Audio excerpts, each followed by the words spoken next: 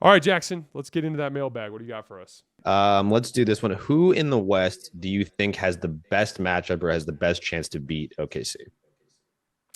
Ooh, that's a good question. Very good question. Um, I really like the way Golden State matches up with OKC. Hmm. They have on several different occasions shown they just Oklahoma City has an like a Golden State, I should say, has an underrated trait, which is that they are pretty fast on the perimeter and they can fly around in rotation. And they also have this like anchored front court with Draymond Green protecting the rim. And so there's a certain amount like with Golden State, they can make them feel uncomfortable on defense while also having the Jimmy to attack matchups of various perimeter size matchups. And Steph has just been really comfortable against them, and he's made a lot of plays against them. And so I think Golden State's an interesting example. Minnesota would be another example with like really good rim protection because we've seen Oklahoma City struggle in the Dallas series last year against really good rim protection. The Lakers are another example of a team that they have the Luka LeBron, who's gonna guard them Mm-hmm. type of problem. I was thinking The about that thing that earlier. scares me for the Lakers with Oklahoma City is their turnover to transition problem. Yeah. And like I could see that series having a little bit of a Minnesota Denver type of feel where there are these games where the Lakers methodically beat OKC. But then there are these games where OKC just kicks the shit out of them because they let go of the rope and they start turning the ball over and it's just a track meet and transition. But Right. those are the three teams that I think have good chances. That said, I think if I had to pick one team that could upset OKC from down there in that part of the bracket, I'd say Golden State. Yeah. It's hard because it sort of feels OKC sort of has created this basketball machine that feels almost unbeatable in a 7 game series at this point. But I mean, depending on the shot making in the playoffs. But those three teams feel like the right answer just because you need some sort of transcendent something, it feels like, to beat the Thunder. And whether it's the Luka LeBron problem, the Steph problem, or the Jokic problem, that like those three teams have some sort of skeleton key that can just unlock a playoff series in a way that the other Western Conference teams don't really have offensively. But I don't know, man. I should have included Denver too. Denver, I think, has a chance to beat them. Those are the four teams that I think have a chance. Yeah. Do you think Denver will fall to the 4 seed and rest players to avoid a potential Warriors or Timberwolves matchup in the first round of the playoffs? And we can sort of expand the question, I think, generally to like, do you think teams actually do this? Try to intentionally lose games or intentionally, how much do these teams think about seeding and their potential first round matchups against teams they might struggle with? I think there's a certain amount of they should have a certain wariness of Minnesota and Golden State coming out of that 6-7 slot. At the same time, though, knowing the competitors that are in that locker room, the champions that they are, I just doubt they're wired that way. I generally tend to think that the basketball gods will reward you most when you attempt to play the best possible basketball. And that ultimately, even if you were able to avoid Minnesota or Golden State in the first round, you're going to have to face somebody that attacks your weaknesses at some point in the postseason. The best thing you can do to prepare for that is to be the best basketball team that you can be. And the only way to do that is to attack every day in the process of becoming a better basketball team. So, like, I think there's a fan case for it. I just don't think there's a basketball case for it just simply because it's just bad process for a basketball team. What do you think? Yeah, I just think there's too much unpredictability. Like you just don't know if you have a hot shooting series. If Denver has a hot shooting series, they're rolling through Minnesota. Like if Denver has a cold shooting series, they're probably getting beat by the team with that much size. Like it's there's so much variance, and you need to be trying to play your best basketball, I think, going into the playoffs and in those early parts of the playoffs if you want. It's not like Denver's a team that would be happy to win one round, right? If Exactly. you're a genuine title contender, you want to be playing your best basketball because whoever you get, if you're Denver, you're thinking a lot more about how do you beat OKC than you are how you beat. If you're stressing about how you beat Minnesota, you're not beating OKC. So Exactly. Yeah. all right, next question. We'll do it. This one's sort of about connected to tonight's game because it does feel like there was a lot of talk on the broadcast about Jalen Green sitting at the end of the game. Do you think the Rockets will look to target a veteran star that can help them score in crunch time this offseason? Who do you think the ideal fit would be? I know Kevin Durant sort of the obvious. He's been rumored to them in the past, but what's the sort of potential solution to their late game execution, offensive sort of struggles? I think Katie's the only one that makes sense. Yeah, I mean, if there was the only other thing I can see is if they ended up pulling some sort of crazy deal where like Golden State ended up like flipping Jimmy for KD or something like that, and then sure. suddenly Jimmy was available. He's a guy that I think would fit that role pretty well. But like, I first of all, I thought the benching of Jalen Green was interesting. I thought it was the right call. Late in games, they're going to play through Şengün and Fred VanVleet. I thought Jabari Smith was amazing in this game on the glass, and then his timely jump shooting, that 3 hit in transition on the right wing was huge. That little shot he hit from Şengün in the like 10, 12 feet there in the lane, that little soft jump shot he shot. And then Dillon, obviously you need him for defense. Şengün was your biggest matchup advantage.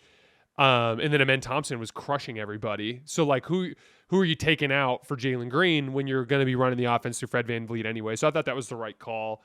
But yeah, ultimately I think I was advocating for this around the deadline.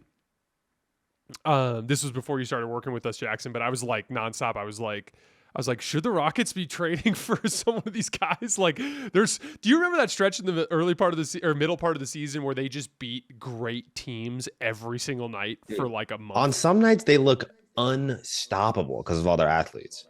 Yeah. And because they've had a pretty light schedule here down the stretch, and like they deserve it because they went through the gauntlet earlier and they beat everybody.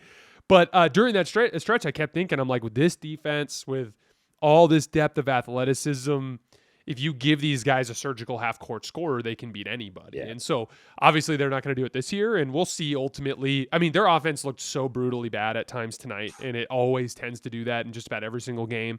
So there's a certain amount of, like, I think Houston their GM, their front office, needs to see just how bad their offense looks in April before they end up understanding just how serious they need to get about chasing down that type of scoring talent. Yeah, they have such a weird roster that they have so many very good players, but they don't have any true superstar. And not just that, they don't have really any guys that I think project to be an offensive superstar like that. I think Amen Thompson obviously has, crazy high ceiling.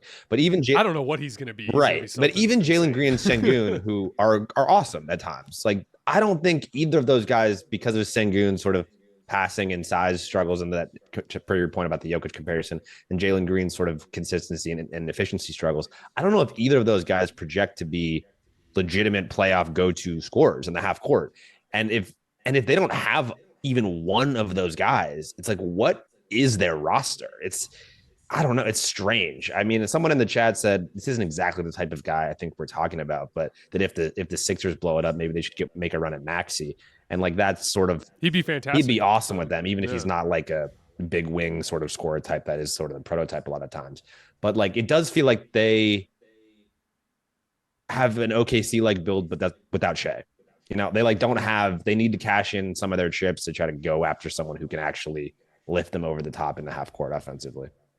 Well, to your point, there's just not enough long-term growth. Like Şengün, one of the things I've noticed with Şengün is like if you don't have elite defenders in your front court, he's gonna crush you. Şengün is a problem. But like it seems just about every time he runs into like a real good defensive front court that all of a sudden he can't get as much separation for that little left shoulder hook, or there's a certain like ceiling with him that's there. And so to your point, like if you don't have somebody that's like, oh, this guy, like it's like the Anthony Edwards conundrum with Minnesota. It's like a certain amount of their like game plan for the franchise is like, we expect Ant to make dramatic leaps every year for the next like 5 years. Whereas like I think Amen Thompson's going to take those kinds of leaps, but I just don't see him as the surgical. There's not a guy in there that's going to be that surgical offensive player. And so if you're not going to get that player through the draft, then you got to find that guy out in free agency or in the trade market.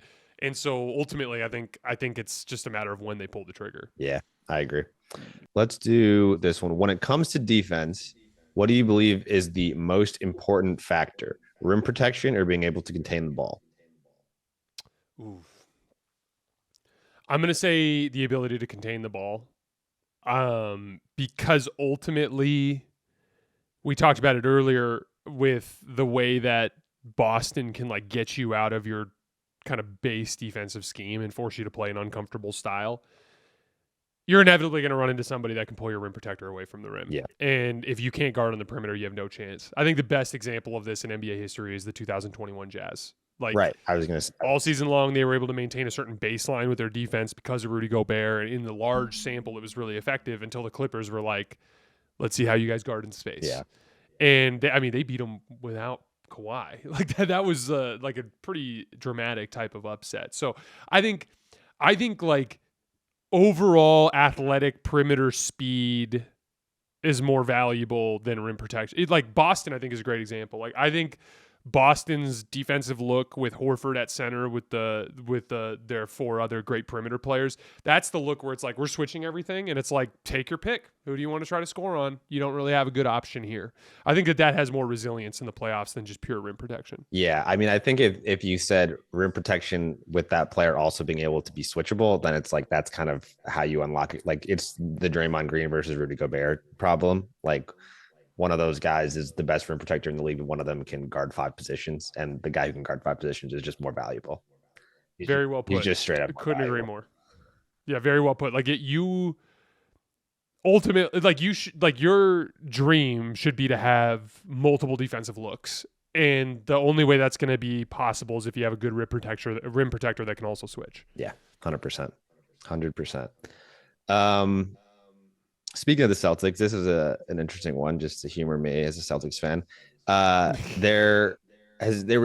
also because there was a report, I think it was last week, about the Celtics getting expensive at some point in the next couple of years, and maybe they're gonna have to trade one of Drew Holiday or Kristaps Porzingis in a year or two, depending on how their contracts and how the new owners feel and yada yada.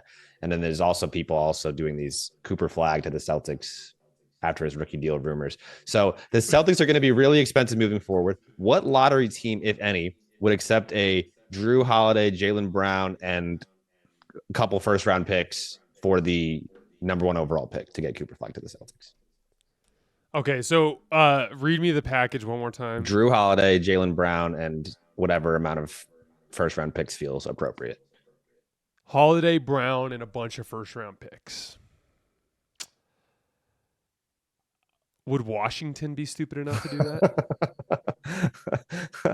that? Would Washington say, give me Drew Holiday, Jaylen Brown, and Alex Sarr with these couple of these other young dudes that we have that are hooping with Jordan Poole? Washington, maybe. So theoretically, it would be a team that already is kind of anchored at the 4 spot. Right. Charlotte, maybe? I was going to say Charlotte's a weird one. New Orleans. But then they would like. It's interesting that both the Jazz and the Pelicans both have like theoretically foundational pieces at the 4, but neither of them feel like guys that they're like truly wed to. You know what I mean? Like married to, yeah. That's interesting. Yeah, if let's take Utah for example. Yeah, you already have Lauri Markkanen and Walker Kessler. Boston calls you and offers Drew Holiday, Jaylen Brown, and a bunch of first-round draft. Danny, this is your guy. So you drafted Jaylen Brown, Danny. You love Jaylen Brown, Danny. So you'd have Colin Sexton, Drew Holiday. You'd have Jaylen Brown next to Lauri Markkanen with Walker Kessler, and you've already got 1 million draft picks, and you can go after whatever you want. That team's actually Utah would be an interesting. That's not a bad one. Like you stick a couple of like strong perimeter defenders who can play on obviously offensively as well as Jaylen Brown next to Lauri Markkanen, who needs some defensive help, and next to Walker Kessler, who's not one of those switchable guys. It's not the worst one. So let's take it a step further though. If you're Boston, Cooper Flagg and Jason Tatum effectively play the same position, in my opinion. So there's a certain diminishing return you could face there. There are ways to account for it. Like I think we overthink this sometimes, where it's like, can Cooper Flagg and Jason Tatum play basketball together? Yes, they can. like they can. There's no doubt. But there's a certain amount of like your foot speed if you have a center with those two guys playing at 3-4. There's a certain like foot speed. Like Jaylen Brown's fast as shit and guards the other team's best player every night. Yeah. Like can Cooper Flagg do that? There's a certain amount of that sort of thing. But this is an interesting thought exercise, and I think Utah. You talked me into Utah. That one makes a little bit of sense. Yeah, I know we have some people in the chat saying this is their second apron team. This is not gonna. It's assuredly not gonna happen. Can we have some It's fun, assuredly guys? not gonna happen. But it's a fun thought exercise. Let's do one more. Jason, big fan from Argentina. What is the most, shout out to our international listeners, what is the most favorable, parentheses, and realistic first round matchup for the Lakers? Okay. Let's rule out Memphis because I feel like the easiest first round matchup for everybody. Yeah, Memphis. Yeah, Memphis is just like about to crash and burn here. I think so much of this. You and I were talking about it before the show. So much depends on where all these teams shake out. It looks, if you look at things, man, Houston's one loss ahead of Denver, who's one loss ahead of the Lakers, who's two losses ahead of Memphis, so who's tied with Golden State, crazy, who's only one loss ahead of the 8th seed. Like the Lakers at the 4 seed are only 3 losses ahead of the Clippers at the 8th seed. So like it could literally be anybody. Yeah. I think the Lakers would destroy Memphis because they run too many traditional coverages. Golden State is a tricky one because they haven't played since Jimmy Butler came on board. I personally am scared of Golden State as a fan who's rooting for the Lakers. Golden State is a team I'd rather not play. Minnesota's a team I'd rather not play. I just know that they can like really physically alter a series to the point where it becomes a big problem. I think the Lakers would beat Denver. I know Nuggets fans will kill me for saying that, but I think the Lakers are a better team than Denver right now. I think Luka just fundamentally changes the matchup. Yeah. Like Luka just goes from Denver's defense can hold up reasonably well against the Lakers to now Denver's defense is hopeless to stop the Lakers from generating wide open threes every single time down the floor. So I think the Lakers would do fine against Denver. I think the Lakers would do fine against Memphis. I'd say Golden State and Minnesota would be the two that I'd be worried about in first round matchups. Yeah, I tend to agree. I think it doesn't feel like this is particularly possible because the way that the standings sit right now, but like you said, there's so many ways this could check out. I think the Lakers should be looking for the Clippers. I think if they get the Clippers the first round, they're taking out the Clippers. They're getting every game's a home game. I think that's probably their best first round matchup. So they get up to 2. Theoretically. They get up to 2, or the Clippers could end up at 6. And the Clippers win the play. The Clippers could also end up at 6, like relatively easily. So I do think that's true. It's like genuine. It's not off the table anyway. All of this is possible except for Dallas and Sacramento. You're right. Yeah.